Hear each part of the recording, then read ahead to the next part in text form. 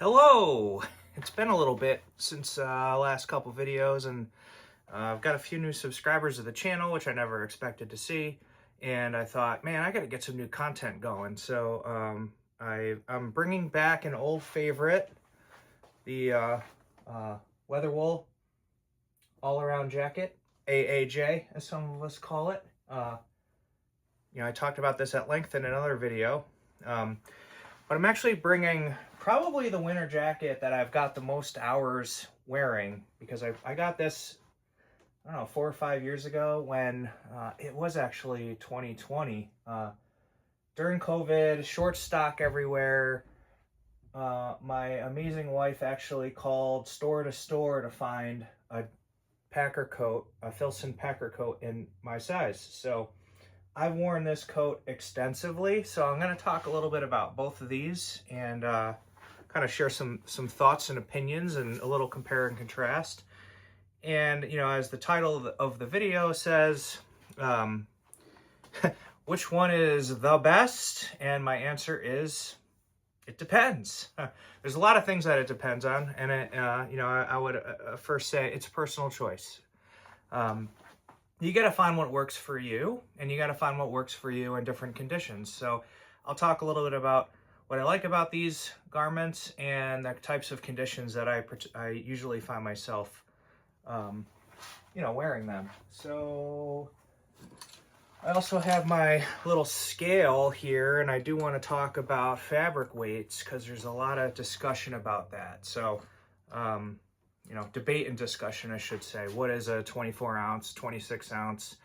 And let's figure that out together. So let me go back to the Filson over here, and I'll put it on so you can kind of do a quick show and tell. Come on. So the Filson Packer coat is it's essentially a double Mackinac or Cape coat, as they call it. So if you look at the Filson Cape coats, you'll see a coat that's almost identical to this in construction, with the exception of the wool fleece collar. So this is, an actual wool, shearling collar. And, this is quite a distinctive feature, which really sets it apart. It is their double layer Mackinac wool, and this coat, as you can see, it's caped over the shoulders, down the back. There's also the map pocket, which offers a little bit more protection. So at some points, there's actually triple layers of wool. In the front, we've got the traditional pocket layout, hand warmers, storage, and then up under the cape, we've got some more pockets. You can tell this is a COVID jacket because I've still got a mask in here. So what else do I keep in these pockets? I do keep a, oh, look at that. Last year's candy cane. Claire, I just got this out of storage. I also keep an air tag in here. This particular jacket, when I bought it, it was only $5.95, and the price for a Packer coat now has increased dramatically to $9.95, I think, $9.75. They're in so much more investment. I mean, obviously things have gotten more expensive, but this is now $1,000 coat, which I can't fathom spending $1,000 on a coat right now. But back in the day, it was a splurge, but not, quite the luxury item that it is now. There are some deals to found on eBay, so you can, check that out. There's a lot more on the market than there was also in 2019, when this was a pretty rare commodity and you actually had to call stores. So I like this coat a lot. People do comment on it on the street, like, wow, that's a cool coat, where'd you get it, blah, blah, blah. It kind of, goes with my lumberjack vibe, I guess. For most things where I'm going to be outside for a couple hours, I need some pockets. Also, when I walk my dog, I wear this a lot, because when it gets really cold, you can really cinch this collar up, and I do not need a scarf anymore, because I just do this, and it's like your whole head is like in this nice little warm blanket, and put a hat on and you are really well protected. And the shearling does block wind. The actual wool, I would say, is highly wind resistant. I wouldn't call it windproof. If it's a gusty day, the wind does cut through. It's wool, it's a natural material, it's breathable. One other thing I do really like about this jacket on the inside, we've got a flannel lining, or yeah, I think this is flannel. It does feel almost like a thin moleskin, but I think it's flannel. Very soft, I'll say that. So it's got a little interior pocket, but otherwise pretty Spartan on the inside. Not a whole lot going on. And again, this coat, worn it a ton. I absolutely love it. It's kind of a good just bombing around in the winter jacket, going for a walk, whatever. Things I don't like, this is an extra large, and it fits me about right. I'm happy with the fit. I don't need a 2XL. Sleeve length's good, shoulder's good. Waist is pretty boxy, and there's no drawstring. So it's funny, if it is cold out, I find myself actually like cinching it in like this with my hands in the hand warmer pockets to keep the wind out. So, you know, just take it with a grain of salt. Again, still love this coat, but it is not, you know, on the Filson site, they say, for the extreme conditions, blah, blah, blah. And I do believe, like, with a lot of layering and thoughtfulness, like, yeah, this coat can get through anything, I think. But it's not as inherently warm, particularly from here down, as you would think. Again, not like a major issue, because this for me is more of a, you know, it's not a survivalist type coat. It's yeah, I'm going out for an activity. I need something that's, you know, not gonna be leave me cold, and it's gonna look good. So that's the Packer coat, and I am gonna do another video. I have two of these. I'm gonna compare this one, a 2019, and I'm gonna compare it against a 2024. And there's been some changes. They're subtle, but I think it's worth talking about it. Changes to the wool, changes to the fit, just small things that I think we'll do a really close-up review of just the compare and contrast to say, is the Packer coat worth it, and is the Packer coat worth it at its new price point? So that's the Packer. Now we are going to talk a bit about, and this isn't necessarily a fair comparison like wool weight versus wool weight, but I just want to say this is Filson's Mackinaw wool. It's their flagship wool. So let me get my handy dandy fish scale. And this entire Packer coat weighs in at 6.17 pounds. So 6.17 pounds. You've got some shearling, you've got a full liner, you know, but it's mostly wool still. But, you know, again, when you talk about Mackinaw wool, I think they say it's a 24 or 26, 6 pounds. So that's Filson. And again, I'm not knocking Filson. I love them. Particularly this coat has got to be one of my favorite Filsons. It's just so, you know, it's just peak Filson for me, which has that, it's just the aesthetic, the history, and kind of that rugged outdoor vibe that, I mean, that is part of my life, you know, the amount of stuff I do outside. So I like that, you know, I still do like that coat a lot. But we've got the Usurper over here. This is Weatherwool. They call it the all-around jacket. And their tagline, hardcore luxury. I actually love it. There's a lot of reasons why this coat looks humble, but it is incredibly luxurious. And the first part of that is just their fabric itself. So this is the Weatherwool full weight fabric. You would think this is polar fleece. Like, I could have a scarf made out of this stuff and it won't bother my neck. It is so soft. There is no discernible itchiness from this. This, on the other hand, is quite scratchy. Again, you know, we're tough, right? But scratchy, not scratchy. So if you read about the way they make this fabric, it's incredible. And Ralph, the owner of Weatherwool, blogs at length about this. He goes and sources the wool. He goes to farm ranches, finds the sheep that make the raw wool quality that he likes, and he puts in contracts like years before in advance to get the highest quality wool that he can possibly find. Another thing that I like is this is all U.S. So, this isn't a politics conversation, but for my whole life, I've always loved trying to source things United States made, where it's a good quality item. If it's more expensive, but the quality is worth it, I try to go USA when I can. The Filson, so this is 2019. It's made in USA of imported materials. There's probably a lot more authoritative videos about where the materials are imported from and all that, but someone said this is a Pendleton wool that comes from Canada. I hear they're importing the newer stuff from Mexico for their wool products. I don't know for sure, but I know that this vintage of wool is no longer their main line. I think all the Mackinac is made somewhere else now.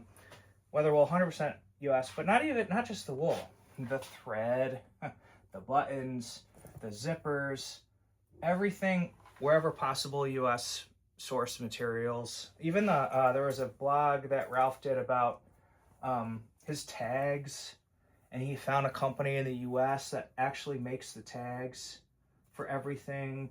I mean, it's incredible the lengths that Weatherwool goes to keep everything made in the US. So yes, this is a, you would call it a more expensive luxury type item, but I think you get what you pay for. And the Weatherwool, again, it might look a little more kind of plain and understated, which I actually kind of like that. It's invisible luxury, if you will.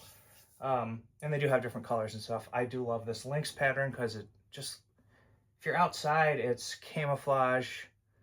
It just looks great when you're out in the woods in a natural environment. I don't feel like an intruder. I feel like I belong there. And, when I'm out in the woods, I'll take this any day over the Filson. Plus also this pattern, like, it can get kind of grimy out there and beat it up a little bit, and you don't necessarily see a lot of dirt and stains because it's kind of designed to just look natural. So let's put it on, and I'll kind of take a quick talk through the actual jacket. So as I put it on, this does not have a lining.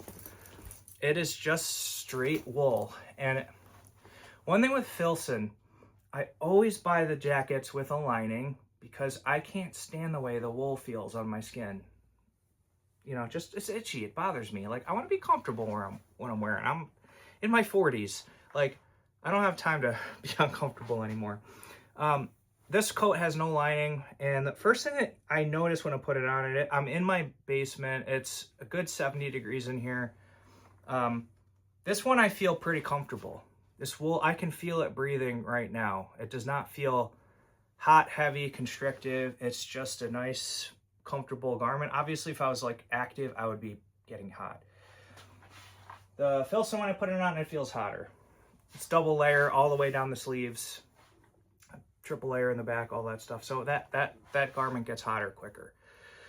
And for me, I like having, for activity, I like having the lighter arms without all the double layers because, you're moving and everything. So Ralph does have a different philosophy for how to cape his coats.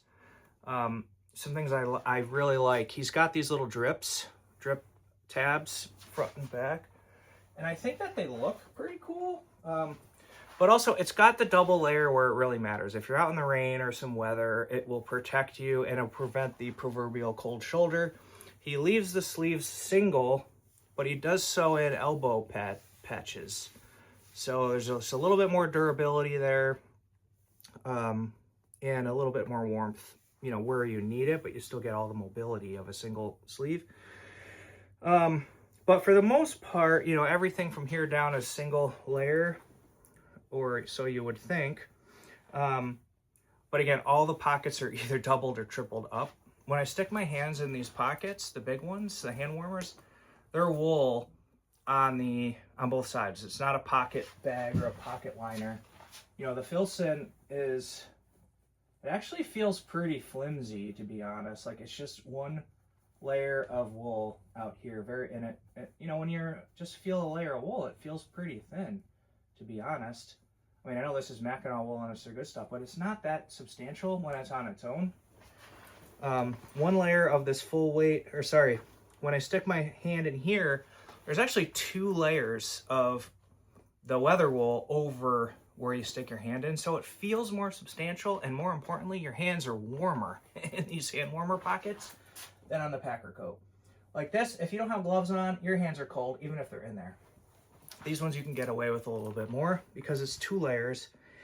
And it's 2 layers similar. You got your hand warmer, and then underneath you've got, this is crazy, he puts buttons on it for security, because some people like to leave the pocket open when they want just a flap that you can open, and a zipper. So you can zip to secure your belongings, or that. And this pocket is also no pocket liner, all wool for the whole thing. So actually you get a layer here, a layer between here and here, and then there's another whole layer on this inside. So you're getting a little bit more kind of downstairs warmth in the front that you know, again, it adds up. I do wish, I'll be a little nitpicky, I wish that there was a mat pocket here. When I'm out and about, I always shove my hat and gloves in the mat pocket. I do wish this jacket had one, but nothing's perfect, right? So some other features I like, you know, again, I didn't mention this before, everything is slot buttons, which according to Ralph, he's never had one fail, and I would believe it. Heavy nylon, which I believe is like some kind of ballistic or military or NASA strapping, sewed on, and then the buttons are sewed to the strap. So you gotta like really, I think the fabric itself will fail before the button does. Again, all made in USA. But that's the thing about Weatherwool. They're so true to their wool, but then they say, let's innovate everywhere that we possibly can. And I'm gonna, you know, use these space age materials and techniques for my buttons. And throughout all Weatherwool products, you know, even like the little buttons in here, you get slot buttons everywhere. So what I like about this jacket, and you know, the Filson cuffs, it's like you get what you get. You can unbutton the center one, but that's really all the options that you have. This jacket, you can absolutely close down the cuffs. So yeah, you know, you find yourself in an environment where it's a little colder, you can cinch these cuffs down and have a really just nice, tight, closed off cuff. Also, unlike the Filson, we've got a draw cord here. So this will actually, you know, pull the back in tighter so you get that, you know, closed off bottom area so you're warmer. So even though this is only 1 layer of wool in a lot of places, unlike the double that the Filson is, you can just, I don't know how to say it, aerodynamically make this jacket warmer than the Filson jacket. And I'm speaking from experience. So again, you're not going to beat this collar. I still, like, that is awesome. It's got the draw tab here, but Weatherwool has a good answer to that. 2 answers, actually. So first, let me zip it up. So one thing first is you've got a zipper and a storm flap that covers the zipper. So that's a whole nother thing that's going to keep you warmer with this jacket, because you're not going to have wind getting in. Filson, 1, 2, 3, 4 buttons. So again, it gets the job done, but it's not going to be this airproof. And again, you can button all of the buttons on here. So again, you got way more ways to warm up. pull the collar up. So you can really like turn this into a neck gaiter, if you will, similarly to the shearling there, but no itch. So even though it's wool, don't worry about it. It's gonna be fine. And there is a, somewhere, I can't tell from the camera, somewhere on this collar, there is a little flat, I might have stuck mine somewhere. There's a little flap that you can use to close it down, or you can just close it down. So again, you can really be warm with this. That's answer number one, close up the neck. Answer number two, unlike the Filson again, and I don't have it attached right now, Ralph sells a hood. This hood, he calls it the double hood, and it is two whole layers of wool. Now, you can also close this down much like a balaclava. So if you put this collar up and then this and cinch it all down and there's adjustments on the front and on the back on this hood, you're not gonna need a hat or a scarf to be pretty warm. One caveat with this hood, it's 2 layers of wool. You could probably use this for hearing protection if you're in a jam. It does muffle quite a bit of sound, and I have hearing issues, so I'm sensitive to that kind of thing. But again, if you're cold, you're cold. Hood, you won't be cold. The hood does attach. It's got 3 buttons, which mate with 3 buttons on the back, and so you can always have your hood with you. Also, it's when it's on, something like that, it gives you a little bit more shoulder and back protection from the wind and the rain or whatever. So without a hood, let's check the weight. So again, the Filson was over 6 pounds. This guy is gonna be a little bit trickier to hook it. Let's see.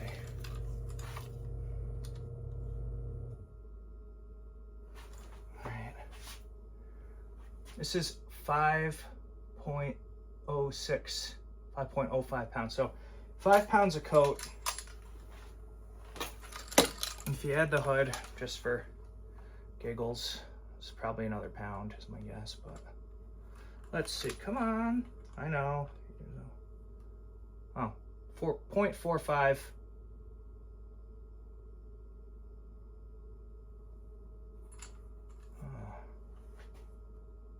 We got a problem. All right, we got to start over. That was kilograms.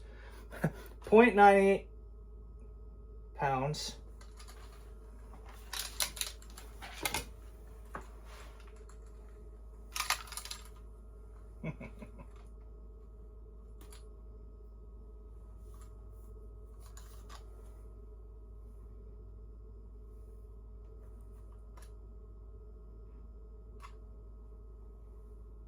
Yeah, 5.1 pounds. Okay. So 5.1 pounds.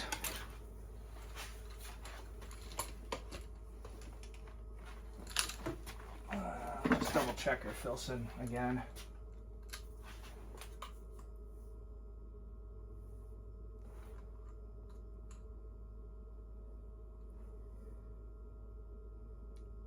£6.15. So, again, there's about a pound more of stuff going on in this jacket. But again, I want to just caveat that. There's a full liner, there's a shearling collar. So structural differences, double sleeves, a little bit more caping than the Weatherwool. This is just all wool. Like, there's nothing in here. So you're essentially getting, I'm going to say, 5 pounds of wool, 5.1 pounds of wool, and 5.5 pounds of wool with the Filson. But they call this I believe Ralph calls it a 24 or a 26. Filson calls this a 24 or a 26. And I'll tell you, the Weatherwool is much thicker than the Filson. I would love to see someone sacrifice a Filson and actually cut a yard of fabric out and a yard of fabric of Weatherwool and see how it actually measures. I'm sure the Weatherwool will be thicker. And again, I'm not knocking Filson. I'm just saying there's a lot of misinformation and arbitrary measurement in the industry. All I can say is it's not arbitrary that this coat weighs 5.1 pounds and it's almost all wool. So you can take it or leave it. So, you know, again, if I'm, when do I like to wear this jacket? Ralph calls it the all-around jacket. If I owned one jacket and this was it, it would pretty much get me through my winter. Indoor activity, outdoor activity, travel, you name it. I think that this jacket could absolutely live up to its name. It just has so many features. I didn't even go over all the features. Double pockets on each side. There are no pockets on top, outside. On the inside though, you've got some small pockets here on both sides. And bigger pockets. A big pocket here and a big pocket here, dump pocket. So, I mean, this stuff's really well thought out, as are my other Weatherwool garments. Durability, this would win. You got a couple buttons. You got zipper, slot buttons.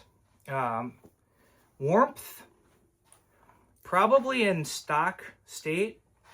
This is going to feel warmer because it's double. And it's got the shearling collar. But if you close the sleeves down, close the waist down, got the hood option on this coat, you're going to be warmer in this coat. As much as I want to say that's the warmest, it's likely not going to be it. So yeah, so I wear this coat quite a bit. Again, it's so comfortable and it doesn't feel as bulky. The Packer coat, like, I physically am larger when I wear it. This coat is not quite as bulky, even though I'm still a pretty big dude. So, you know, if I'm around a lot of people or in a crowded environment, I'll probably pick this one over the Packer coat. But if I'm, you know, going for a dog walk, going out to hang out by a campfire with some friends, you know, not really concerned about absolute performance, but just want to, you know, enjoy some time outside. You know, I do wear the Packer coat a ton. Like, I just love it. I do love the way that it looks from a fashion perspective. Packer coat is awesome. But I get a lot of interesting compliments on this too. People are like, where'd you get that? I've never seen that pattern before. Is that wool or is that fleece? Because people just don't believe it. So again, it's like, they're like my children. You can't pick your favorite. So I've tried to kind of explain my thought process on these garments, what I like, what I don't like, some engineering basics, although we'll go into the Packer coat in a lot more depth when I do two side by side, because there's a lot to talk about there. And yeah, I just hope that this has been helpful if you're thinking about getting a Packer coat or a all-around jacket. You know, there's a lot to think about for sure. I think they're both great investments. Well, at least the Packer coat was a great investment at its original price point. The all-around jacket is not cheap. When I bought it, I was really lucky because I was getting into these coats around COVID, so I put orders in on a bunch of Weatherwool. So I got some of the old pricing. I know there's been some price changes. I know Ralph at Weatherwool is trying as hard as he can to keep prices reasonable, but all of his costs have increased, so he has to pass some of those on to the consumer. But, you know, I love supporting a small business, made in USA. Filson, on the other hand, I don't feel as much personal loyalty as I used to, because I don't know if there's a lot of other videos that talk about this. They got bought up by venture capital, and actually the same company that owns the Shinola watch company and one or two other fashion brands bought Filson as part of their investment portfolio. And, you know, so I don't really feel like Filson has that same allure that they used to have. And Weatherwool does. I mean, if you call their phone number, you got a 50-50 chance that Ralph or his wife will answer. It's awesome. And they managed to still make amazing products for their, you know, at a reasonable price point for what you get. And this is definitely a buy once, cry once. This will last as long as I do. I'm never going to need to replace this coat unless I'm, you know, decide to go live out in the bush for 6 months or something. But this will probably, you know, be one of the last jackets I need to buy of this type. So as you know, I've got some other jacket videos I've done on my channel. Check them out. I do have some waxed canvas shootout type stuff, and I'm going to go back through my collection and see what else I've got to talk about. I do have a tin duck denim waxed trucker on order based on viewer comments on my video about that. So I can't wait to get that. I know I've had a few emails with Jason over there at Tin Duck Denim. I'm on the backlog. I think there's about 50 people ahead of me, so I'm expecting probably more of a January timeline on that, but I'm excited about that, although I'm still having discussions about what color.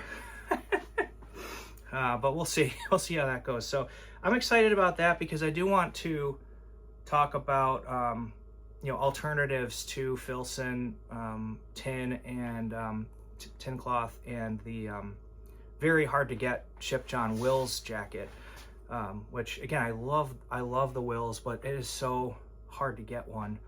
And the secondary market, like I bought mine on the secondary market, and it was I only paid about I don't know, $100 over retail. Now they're like $500, $600, $1,000 over retail for what I'm seeing, and I don't think it's going to get any better in the near term because it's holiday season and people are going to want to get something. But you know, we'll see. Kind of, I'd love to do the Tin Duck Filson and Will's jacket showdown. So that will be coming soon. And then I've got some other non-clothing videos. You know, I've got this Tormek sharpener. I want to talk about that. Oh, and in the land of anoraks, inside this box, I've got a Wonder Looper anorak in here, which I want to do a compare with this versus Melanzana and everything. But I had some miscommunication with the eBay seller. This doesn't quite fit. I'm too big for it. So I don't know if I'll model it, but we'll talk about it, and you know, some interesting stuff there. So anyway, I think that about wraps it up. Thanks for watching. If you made it to the 32-minute mark, drop comments, all that stuff. I'm trying to, I don't know, just bring like kind of real world thinking to some of this stuff, and help you with your decision if you want to, you know, invest in some specialized products. One other thing I can talk about is I got a new boiler, so I'll share what I learned about that. Here, I'll pan over to the boiler. As you can tell, I share my workshop with a lot of equipment of the house, so I'll talk about how that's working out for us. And maybe I'll do a video about my wood stove and how that works out for us. And one reason why I spend so much time outside is because I process all my own firewood. Big surprise. So anyway, lots to talk about. Now that we're getting into the colder months, I'll be spending less time fishing and more time making videos. So yeah, thank you. See you later. Bye.